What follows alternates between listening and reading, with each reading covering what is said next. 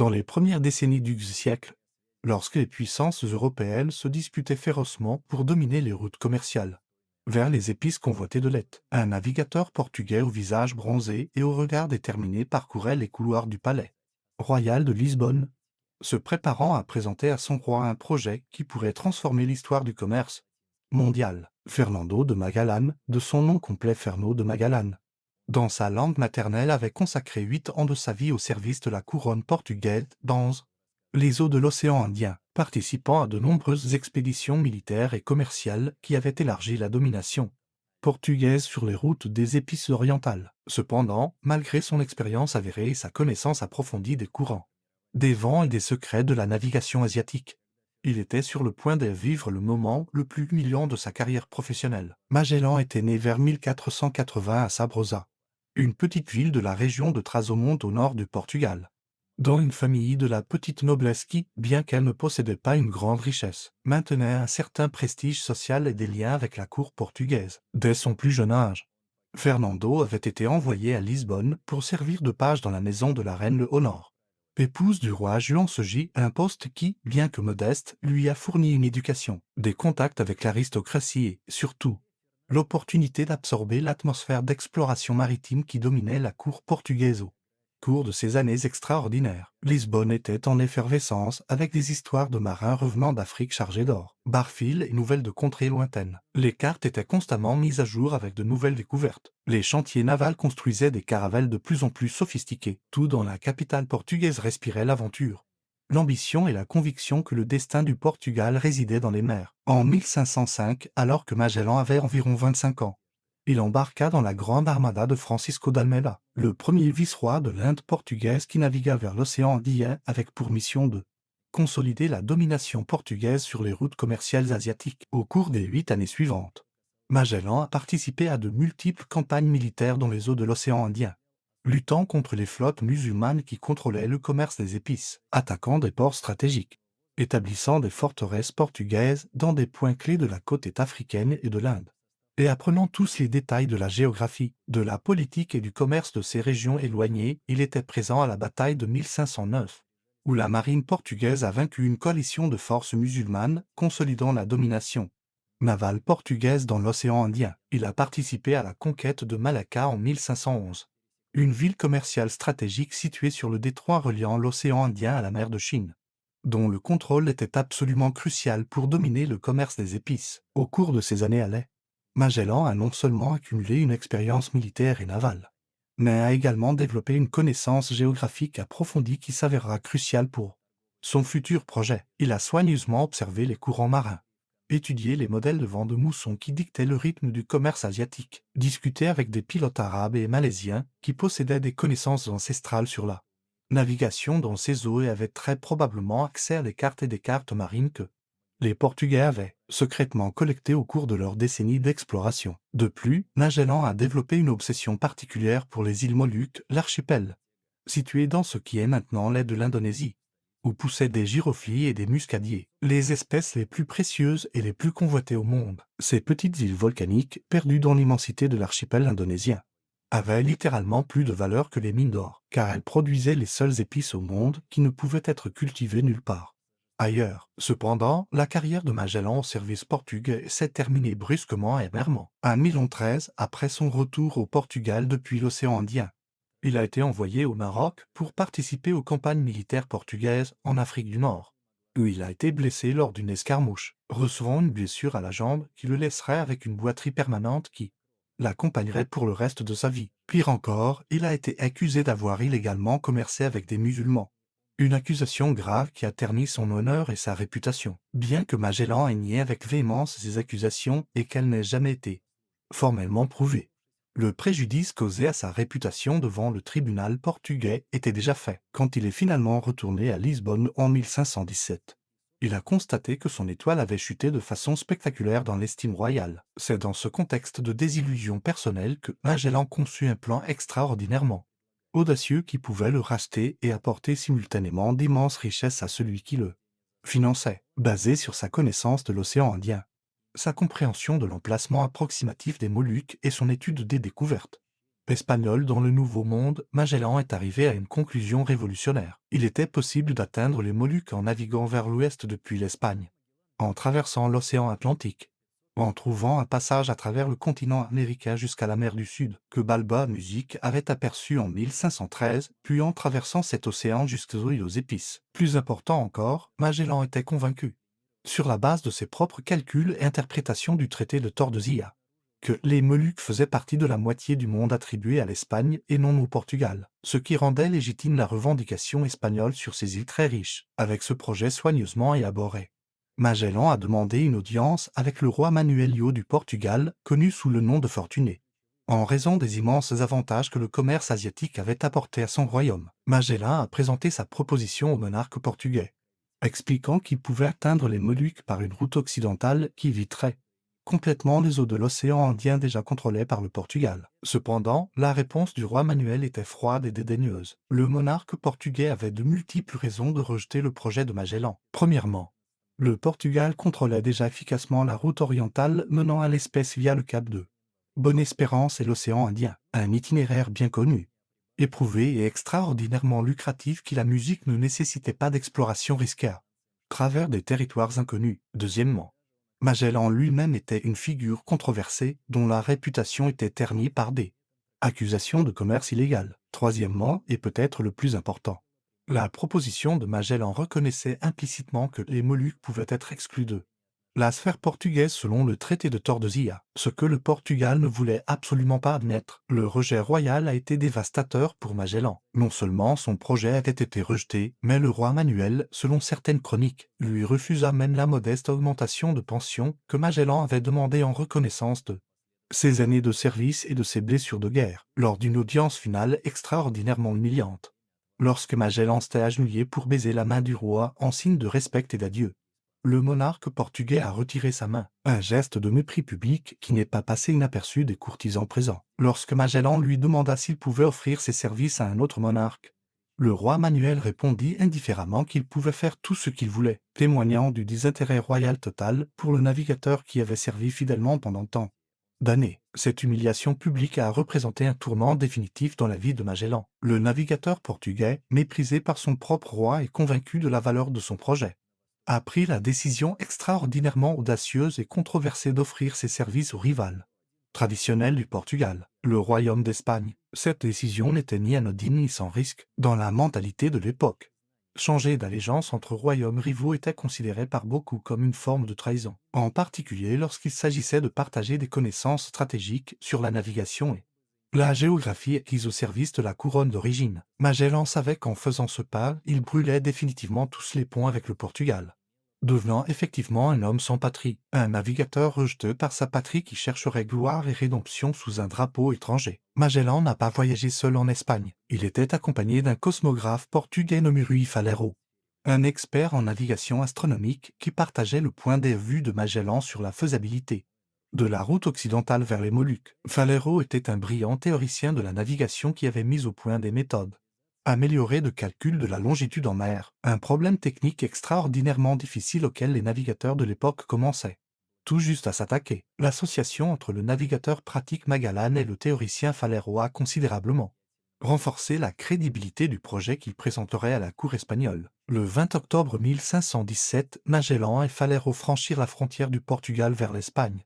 emportant avec eux des cartes, des calculs, des années d'expérience navale et un rêve apparemment impossible. Ils se sont d'abord dirigés vers Séville, le cœur du commerce américain espagnol, où ils ont commencé à établir des contacts et à préparer le terrain pour présenter leur proposition au roi. À Séville, Magellan a rencontré Juan d'Aranda, un fonctionnaire de la maison contractante qui était enthousiasmé par le projet et a aidé les Portugais à naviguer dans les eaux complexes de la bureaucratie et de la politique espagnole. Aranda a immédiatement vu l'extraordinaire potentiel commercial du projet et a négocié pour en devenir un partenaire, obtenant des droits sur une partie des bénéfices futurs en échange de son soutien politique et financier. Pendant ce temps, un changement de génération d'une immense importance se produisait à la cour espagnole. Le jeune Carloyer, petit-fils des rois catholiques, avait récemment accédé au trône d'Espagne à l'âge de 16 ans. Ce jeune monarque Élevé en Flandre et connaissant à peine l'Espagne lorsqu'il est arrivé pour assumer son héritage, était entouré de conseillers flamands qui cherchaient des occasions d'enrichir à la fois le nouveau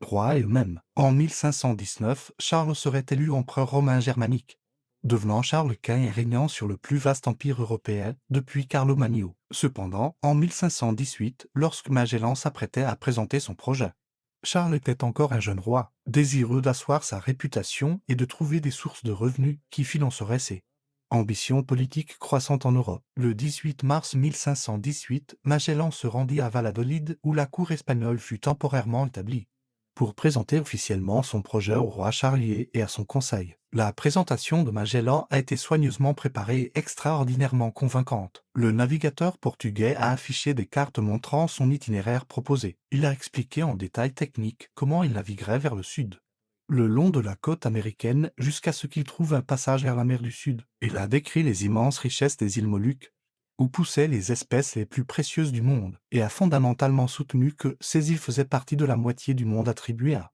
l'Espagne selon le traité de Tordesillas. Cette dernière déclaration était cruciale, car elle signifiait que l'Espagne pouvait légitimement revendiquer ces îles fabuleusement riches, sans violer les accords internationaux avec le Portugal. La proposition de Magellan présentait des similitudes évidentes avec le projet de Christophe Colomb.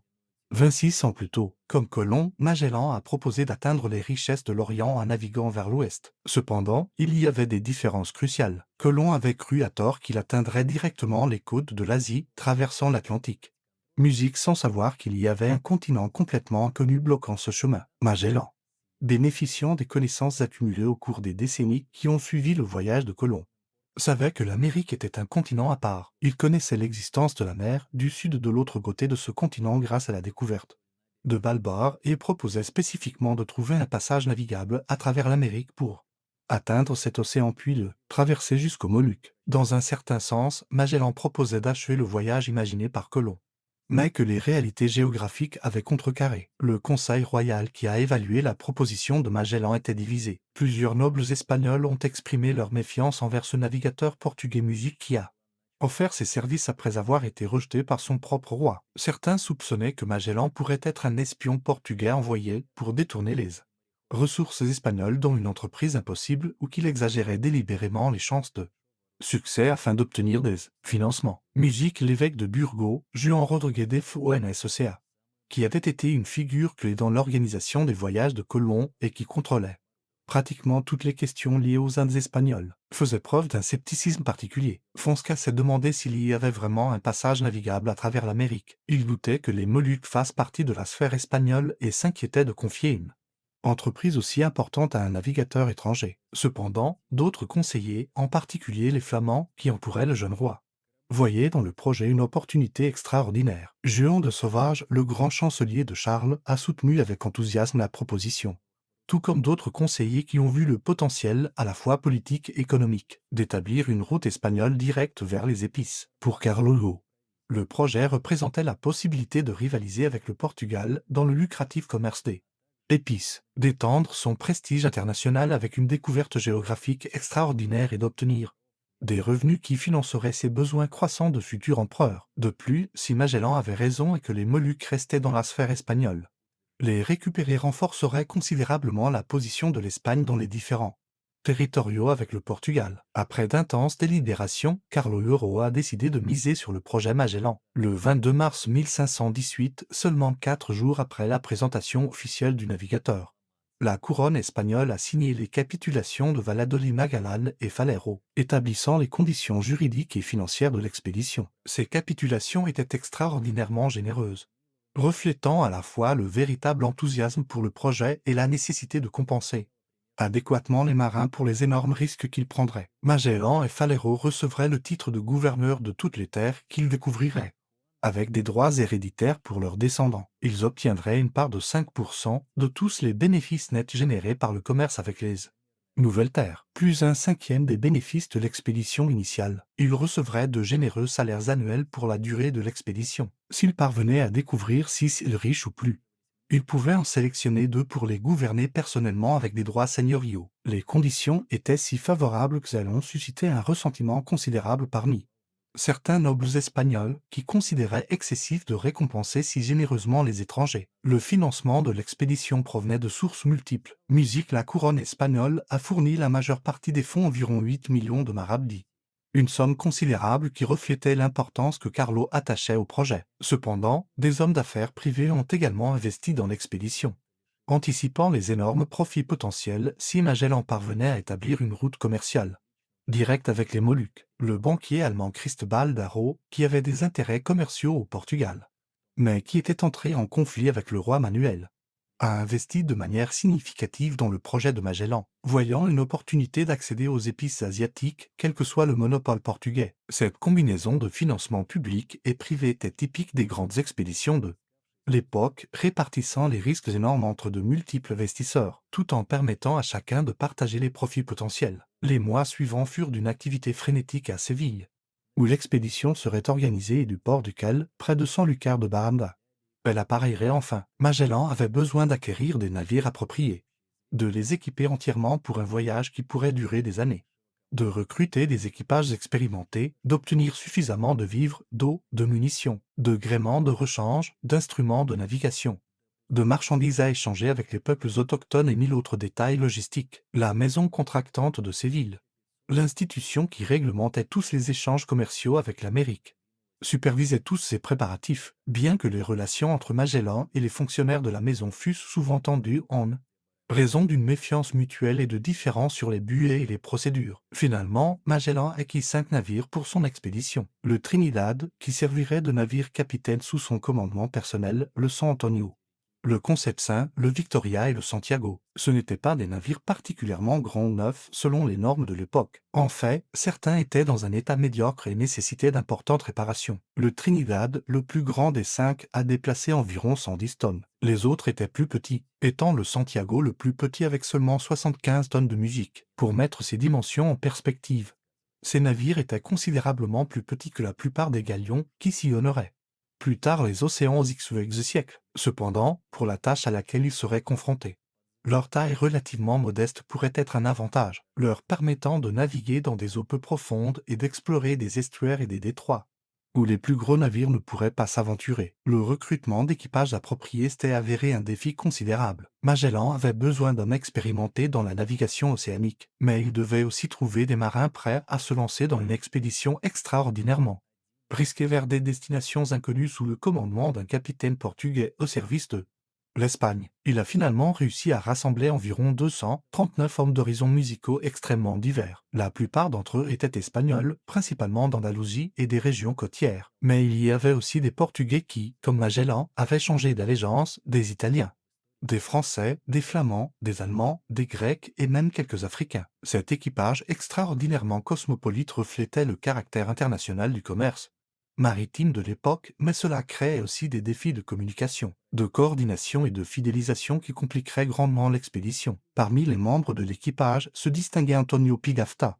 un jeune noble italien de Vicence qui a rejoint l'expédition non pas en tant que marin professionnel, mais en tant que chroniqueur aventureux. Pigafetta tiendrait un journal méticuleusement détaillé de toute l'expédition qui deviendrait la source historique la plus importante sur le voyage de Magellan. Sa chronique, rédigée avec une précision remarquable et une richesse de détails, préservera pour la postérité les événements, les tribulations, les découvertes et les merveilles de cette extraordinaire expédition. Sans le journal de Pigafetta, notre connaissance du premier tour du monde serait infiniment plus limitée. Toutes les nominations de Magellan à des postes de commandement n'ont pas été couronnées de succès.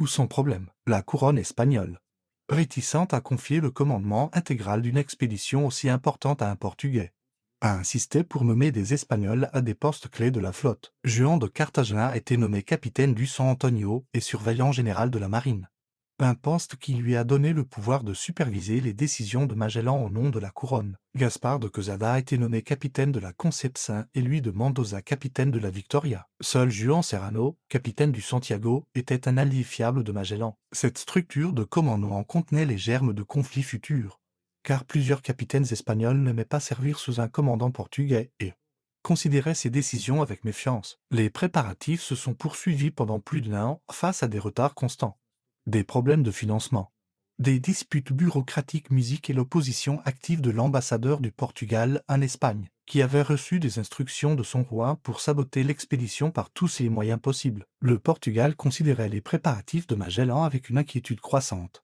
craignant que l'expédition ne prouve effectivement que les Moluques restaient dans la sphère espagnole, détruisant le monopole portugais sur les épices les plus précieuses. L'ambassadeur du Portugal a tenté de soudoyer les membres de l'équipage pour qu'ils fassent défection. Il a répandu des rumeurs selon lesquelles Magellan prévoyait de trahir l'Espagne et de livrer la flotte au Portugal et a fait pression sur le tribunal espagnol pour annuler l'expédition. Il y avait même des rumeurs selon lesquelles le Portugal prévoyait d'intercepter et de détruire la flotte de Magellan une fois qu'elle aurait appareillé. Finalement, après avoir surmonté tous ces obstacles, l'expédition était prête à prendre la mer. Le 10 août 1519. Musique. Les 5 navires descendirent le fleuve Guadalquivir de Séville au port de San Lucar de Barramda à l'embouchure du fleuve. Musique où ils achèveraient leurs derniers préparatifs avant de s'aventurer dans l'océan Atlantique. Au cours des 6 semaines suivantes, musique, les dernières fournitures ont été chargées.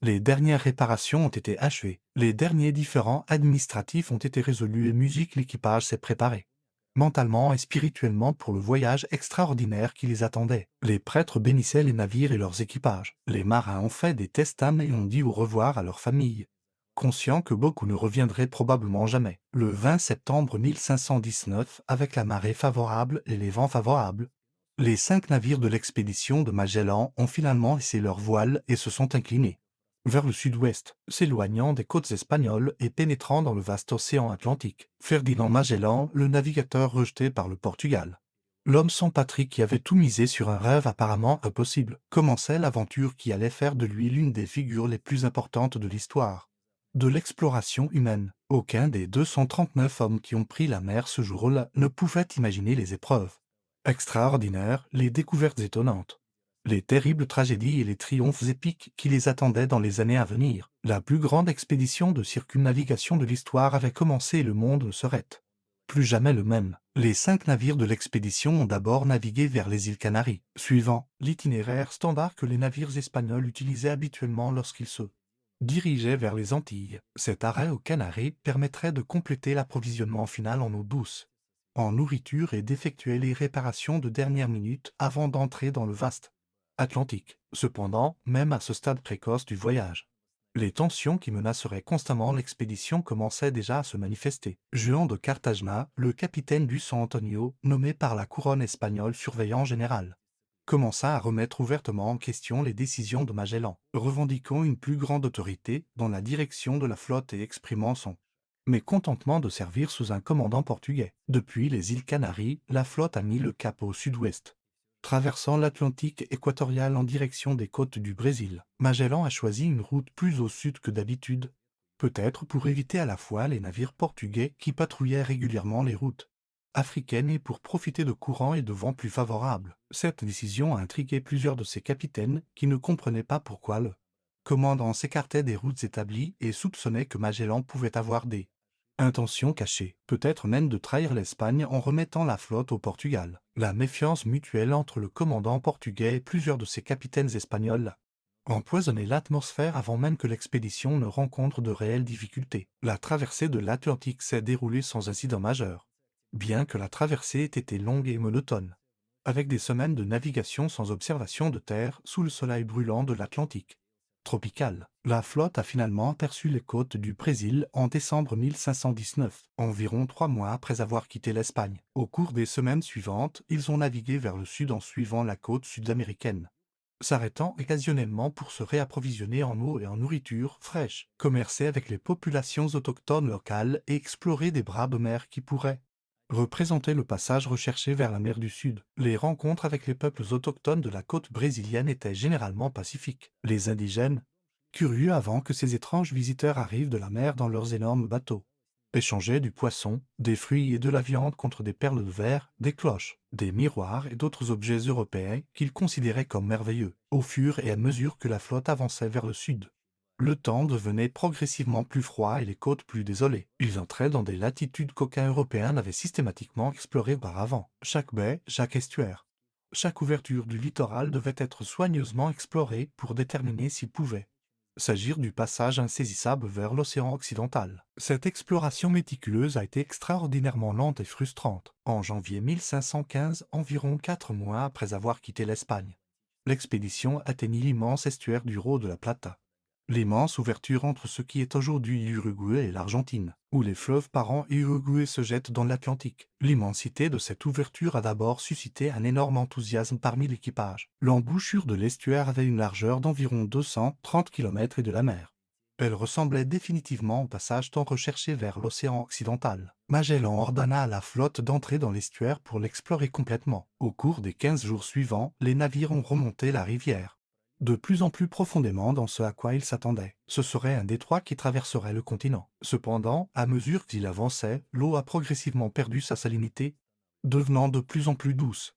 Preuve sans équivoque qu'il naviguait sur une rivière et non sur un détroit océanique. Finalement, après avoir pénétré environ 300 km à l'intérieur des terres, sans trouver d'ouverture à l'ouest, Magellan accepta avec une amère déception que le Rio de la Plata n'était pas le passage qu'ils recherchaient, mais simplement un immense fleuve. La frustration de l'équipage était palpable. Ils avaient navigué pendant des mois depuis l'Espagne, explorant minutieusement tous les coins de la côte sud-américaine, et n'avaient pas encore trouvé le passage promis par leur commandant. Des doutes quant à l'existence réelle d'une telle démarche commençaient à se développer même parmi les hommes qui avaient initialement fait confiance à Magellan. L'hiver austral apportait avec lui des mers de plus en plus orageuses, des vents glacés et des journées de plus en plus courtes. Naviguer sous ces latitudes pendant l'hiver serait extrêmement dangereux, voire suicidaire. Magellan a été confronté à une décision cruciale. Continuer la recherche du passage en risquant votre flotte dans les mers d'hiver ou chercher un port protégé ou hiverner jusqu'à ce qu'il atteigne le printemps austral. Le 31 mars 1520, alors que l'hiver austral commençait à plein régime,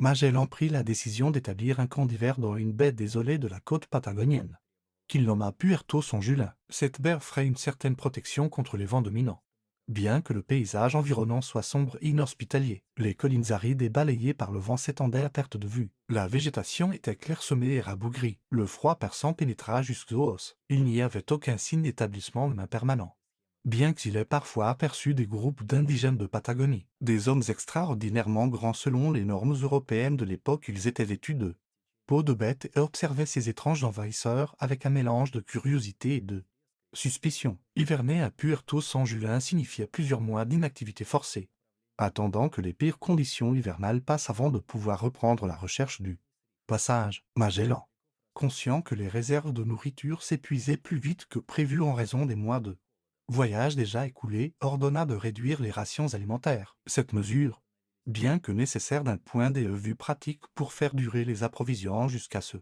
qu'ils puissent être réapprovisionnés, a été accueillie avec un profond ressentiment par un équipage déjà démoralisé par des mois de navigation sans réalisations apparentes. Le froid brutal, l'incertitude quant à l'avenir et le sentiment grandissant que leur commandant les conduisait vers une entreprise impossible. Dans la nuit du 1er avril 1520, la mutinerie que Magellan redoutait depuis des mois éclata. Jehan de Caïn, Gaspard de Quesada et Louis de Mendoza, 3 des 5 capitaines de la flotte, menèrent une rébellion ouverte contre le commandant portugais. Pendant la nuit, des hommes armés fidèles au capitaine mutin ont pris le contrôle du San Antonio, de la Concepción et de la Victoria, 3 des 5 navires de l'expédition. Seul le Trinidad, le navire capitaine de Magellan et le Santiago, commandés par le fidèle Juan Serrano, sont restés sous le contrôle du commandant. À l'aube du 2 avril, Magellan était confronté à une situation désespérée. Il avait perdu le contrôle de la majeure partie de sa flotte. Les capitaines rebelles contrôlaient les 3 plus gros navires et la majeure partie de l'équipage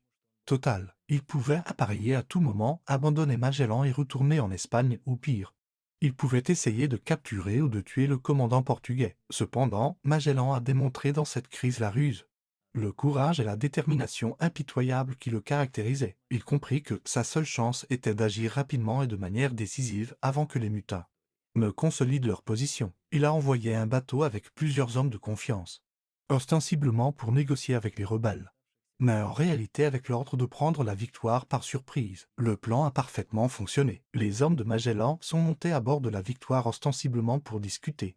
Mais une fois à bord, ils ont soudainement attaqué. Dans la lutte qui s'ensuivit, le capitaine Louis de Mendoza fut tué d'un coup de couteau et la Victoire fut reconquise pour Magellan. Maintenant, Magellan contrôlait 2 navires, le Trinity et le Victory. et les positionnait stratégiquement bloquant la sortie de la baie, piégeant les navires rebelles. Les capitaines mutins du San Antonio et du Concepción se sont retrouvés dans une position impossible. Ils ne pouvaient pas mettre les voiles sans faire face aux navires fidèles à Magellan bloquant la sortie. Ils n'avaient pas assez de provisions pour résister à un siège prolongé. La mort de Mendoza avait montré que Magellan était prêt à utiliser une violence meurtrière contre les rebelles. Au cours des jours suivants, la position des mutins s'est progressivement érodée jusqu'à ce qu'ils se rendent finalement sans condition. Magellan avait repris le contrôle total de son expédition. Mais il devait maintenant décider quoi faire des chefs de la rébellion. La réponse de Magellan était d'une brutalité calculée, conçue à la fois pour punir les coupables et pour dissuader de futures mutineries. Gaspard de Quesada, l'un des principaux dirigeants de la mutinerie, a été condamné à mort. Cependant, dans une tournure macabre, Magellan ordonna à son propre serviteur d'exécuter la sentence, lui offrant son pardon en échange du meurtre de son maître. Le serviteur, confronté à l'alternative de mourir lui-même ou d'exécuter Quesada, choisit la survie et décapita le capitaine rebelle. Musique, le corps de Quesada a été démembré tout comme le cadavre de Mendoza et les restes ont été exposés sur la plage comme un terrible avertissement des conséquences de la rébellion. Juan de Caïn, le surveillant général nommé par la couronne espagnole, a présenté un dilemme plus compliqué en raison de son rang officiel. Magellan ne pouvait l'exécuter sans risquer d'être accusé d'avoir tué un représentant direct du roi. Au lieu de cela, il a infligé une punition peut-être encore plus cruelle. Lorsque l'expédition a finalement quitté Puerto San Julián des mois plus tard, Caïn serait abandonné sur cette côte désolée avec un prêtre qui avait également participé à la mutinerie, les laissant à leur sort dans la lointaine Patagonie, où ils mourraient probablement de faim aux mains des indigènes, alors que l'expédition restait immobilisée à Puerto San Julián en attendant la fin de l'hiver. Magellan envoya Santiago, le plus petit navire de la flotte, en mission d'exploration vers le sud pour poursuivre la recherche du passage. Cependant, cette mission s'est soldée par un désastre lorsque le Santiago a fait naufrage lors d'une tempête. Musique, heureusement, l'équipage a réussi à atteindre la terre ferme et après une marche épuisante de plusieurs jours le long de la côte patagonienne, les survivants sont revenus à Puerto San Julián. La perte du Santiago réduisit l'expédition de 5 à 4 navires. Mais au moins cela n'avait pas coûté de vie humaine. Enfin, en août 5-2-0, après presque 5 mois à Puerto San Julián avec l'arrivée du printemps austral, Magellan ordonna de mettre les voiles et de reprendre la recherche du passage. Les 4 navires restants ont navigué vers le sud, le long d'une côte de plus en plus inhospitalière et désolée. Le paysage était d'une austère et terrible beauté. Des montagnes escarpées qui descendaient abruptement vers la mer, des glaciers qui brillaient d'une lumière bleuâtre, des fjords profonds qui pénétraient dans la masse continentale. Chaque ouverture dans le rivage devait être soigneusement explorée, à plusieurs reprises. Ce qui semblait prometteur vu de la mer s'était avéré être simplement une baie sans issue, prolongeant la frustration des recherches. Le 21 octobre 1520, fête des 11 vierges selon le calendrier catholique, l'expédition atteint une large ouverture sur la côte à environ 52 grammes de latitude sud. Cette entrée que Magellan appelait initialement le détroit de tous les saints qui serait plus tard connu où le nom de détroit de Magellan était différente de toutes les ouvertures précédentes qu'il avait explorées. C'était plus large. Les courants avaient des caractéristiques océaniques plutôt que fluviales et, plus important encore, s'étendait vers l'ouest en s'approfondissant dans le continent. Magellan ordonna à la flotte d'entrer prudemment dans ce détroit, envoyant des navires en avant pour explorer, tandis que les autres attendaient dans des positions plus sûres. Ce que l'expédition avait découvert était un passage extraordinairement complexe, un labyrinthe de canaux serpentant entre les montagnes, raides, se connectant et se ramifiant dans des configurations musicales déconcertantes. Le détroit mesurait environ 570 km de long, mais son cours était tout sauf direct, sinueux au nord, puis à l'ouest, puis au sud, avec d'innombrables canaux secondaires bifurquant dans toutes les directions. Naviguer dans ce labyrinthe exigeait une extrême prudence. Les courants étaient perfides, changeant avec les marées de façon imprévisible. Les vents descendaient soudainement des montagnes, créant des rafales qui pouvaient complètement désarmer un navire. La profondeur de l'eau variait considérablement, les roches submergées présentant des dangers constants. Le brouillard enveloppait fréquemment les canaux, réduisant la visibilité à quelques mètres et rendant la navigation presque impossible. Magellan a adopté une stratégie prudente mais épuisante. Il enverrait un ou deux navires à l'avant pour explorer, avançant lentement alors qu'il cartographiait chaque courbe du détroit et cherchait le chenal principal qu'il attendait. Cela les mènerait éventuellement à la mer du Sud. Les autres navires étaient toujours à une distance de sécurité ancrés dans des baies abritées en attendant des nouvelles des éclaireurs. Ce processus était extraordinairement lent. Certains jours, ils n'avançaient que de quelques kilomètres. Dans d'autres, ils n'avançaient pas du tout.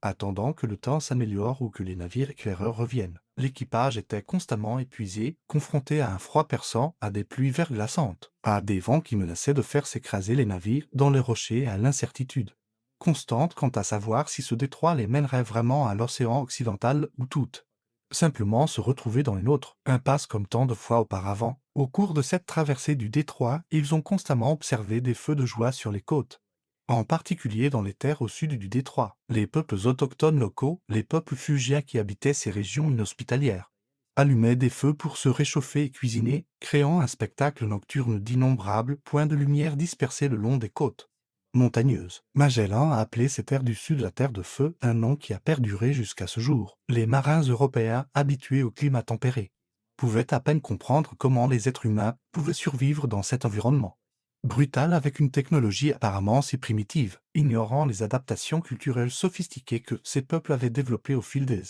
millénaires pour prospérer dans l'un des environnements les plus difficiles de la planète. Cependant, alors que l'expédition luttait pour progresser dans le détroit, une autre trahison se préparait qui aurait de graves conséquences pour la compagnie. Le 1er novembre, environ 11 jours après son entrée dans le détroit, le San Antonio, qui avait été envoyé pour explorer un chenal particulier, a tout simplement disparu. Magellan a attendu plusieurs jours en envoyant des signaux et en recherchant le navire perdu.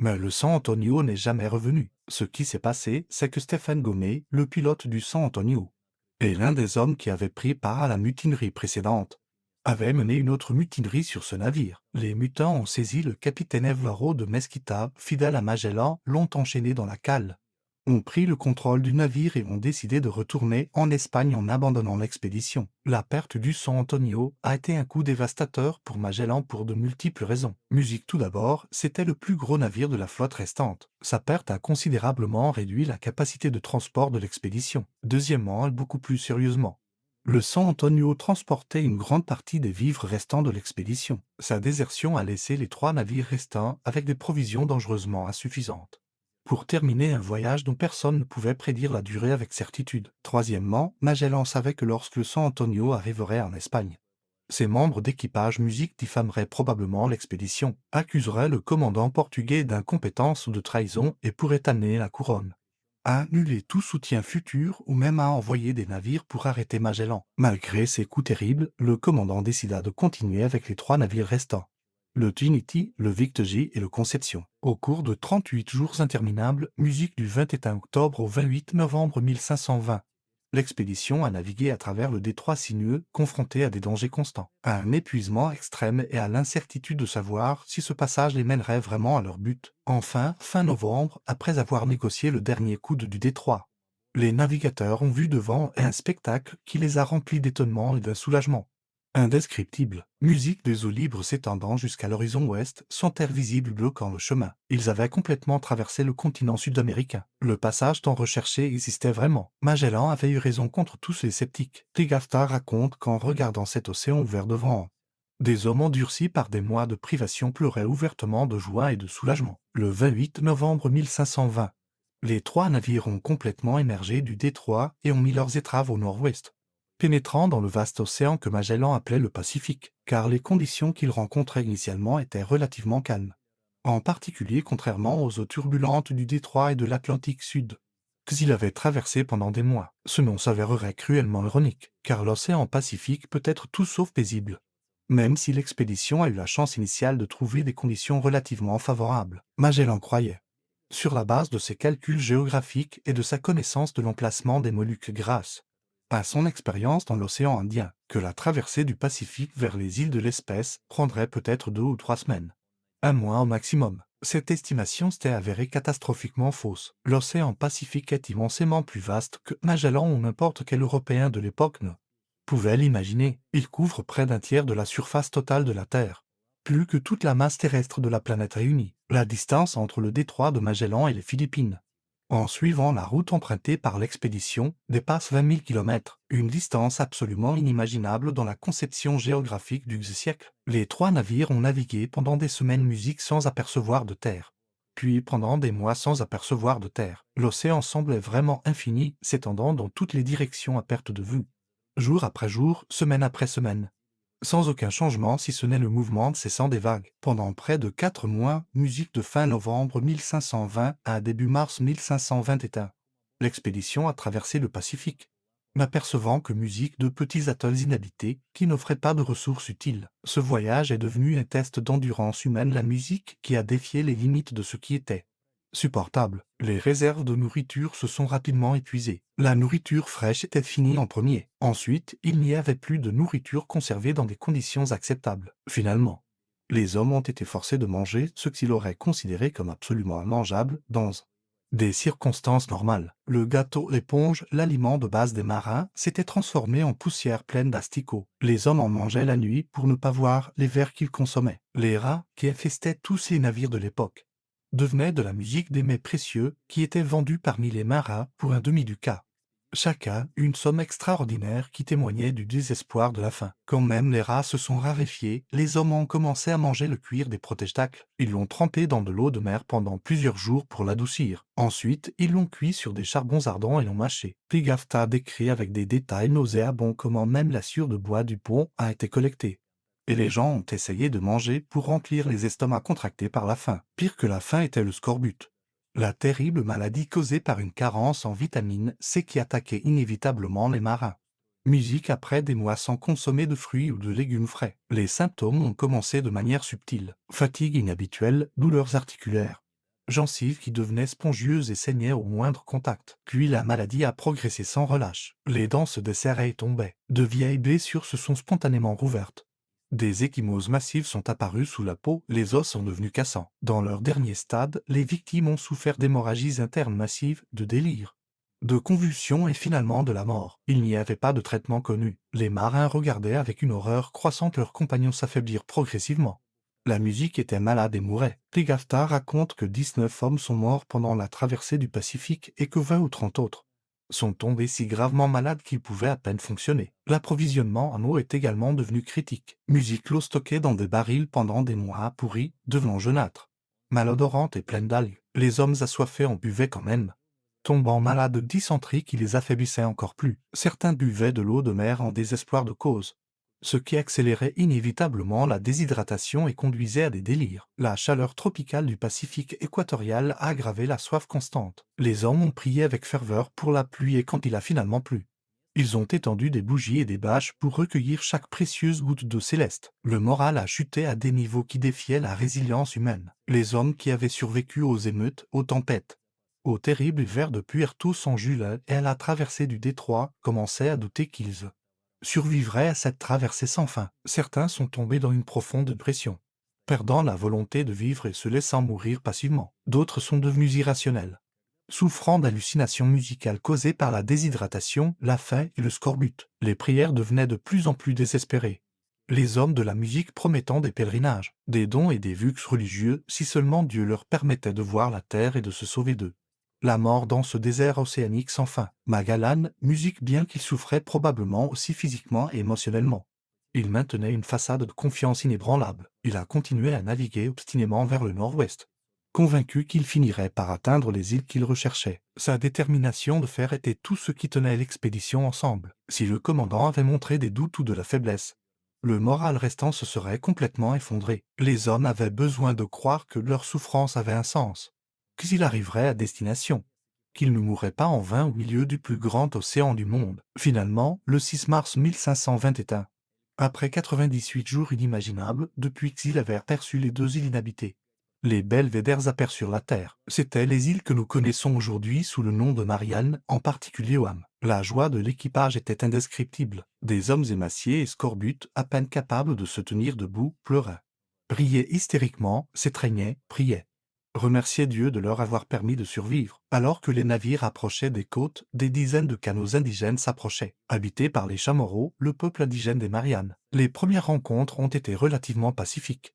les indigènes fournissant des fruits frais, de l'eau et du poisson aux Européens désespérés. Ces aliments frais ont littéralement sauvé la vie d'hommes atteints de scorbut, dont les symptômes ont commencé à s'inverser rapidement avec la vitamine C des fruits. Cependant, les relations avec les Chamorros se sont rapidement détériorées. Les indigènes, qui avaient des conceptions de la propriété différentes de celles des Européens, prenaient sur les navires des objets qui leur semblaient intéressants, un comportement que les Européens ont interprété comme du vol. Magellan, furieux lorsque les Chamorros ont pris un bateau appartenant à l'un des navires, a organisé une expédition punitive, brûlant des villages indigènes et tuant plusieurs Chamorros. Cet épisode violent, bien que regrettable, a permis à l'expédition de se réapprovisionner de force en provisions avant de poursuivre son voyage. Magellan a nommé ces îles les îles des voleurs à cause de les incidents de ce qu'il percevait comme un vol, un nom qui heureusement a été changé plus tard en Marianne, ravitaillé avec l'équipage se remettant progressivement du scorbut. Merci à la nourriture fraîche, les 3 navires continuèrent vers l'ouest. Le 16 mars 1521, l'expédition aperçut l'archipel qui serait plus tard nommé les Philippines en l'honneur du futur roi Philippi d'Espagne. Ils sont d'abord arrivés sur l'île de Samar, puis ont navigué vers d'autres îles de l'archipel, établissant des contacts avec divers chefs tribaux locaux. Ici, Magellan a démontré des compétences diplomatiques considérables, établissant des alliances par des échanges de cadeaux, des démonstrations de supériorité technologique européenne, en particulier dans les armes à feu, et des conversions au christianisme de certains chefs locaux. Le 7 avril 1521, l'expédition atteignit l'île de Cebu, où Magellan établit sa plus importante alliance avec Raja Humabon, le souverain de l'île. Magellan persuada Humable de se convertir au christianisme et le Raja, ainsi que des centaines de ses sujets, furent baptisés lors de cérémonies élaborées. Cependant, cette alliance comportait des obligations. Humabon était impliqué dans des conflits avec d'autres chefs tribaux des îles voisines, en particulier Lapu-Lapu, le chef de l'île voisine de Mactan, qui refusait de reconnaître l'autorité d'Humabon ou de se soumettre aux nouveaux arrivants espagnols. Magellan, peut-être enivré par ses succès précédents ou peut-être se sentant obligé de soutenir son allié, Jumaben a pris la décision fatale d'intervenir militairement contre le Pu-Lapu. Le 27 avril 1521, à peine 2 mois et demi après la terrible traversée du Pacifique, alors que l'expédition semblait enfin atteindre ses objectifs, Magellan organisa une attaque contre le village de la Pu-Lapu à Mactan. Cette décision était imprudente à plusieurs niveaux. Musique. Magellan a gravement sous-estimé les capacités militaires des guerriers philippins, surestimé l'efficacité des armes à feu européennes dans les combats amphibies et s'est laissé entraîné dans une bataille inutile qui n'a rien contribué aux objectifs initiaux de l'expédition. Au petit matin du 27 avril, Magellan a personnellement dirigé une force d'environ 60 hommes dans un assaut amphibie contre le village de la Pula. Les Espagnols ont dû nager jusqu'à la plage depuis leur bateau, ce qui a considérablement entravé leur mobilité. Les Pulapu avaient préparé une formidable défense, rassemblant entre 1000 et 100 guerriers qui attendaient sur la plage. La bataille fut un désastre complet pour les Européens. Les armes à feu se sont avérées inefficaces,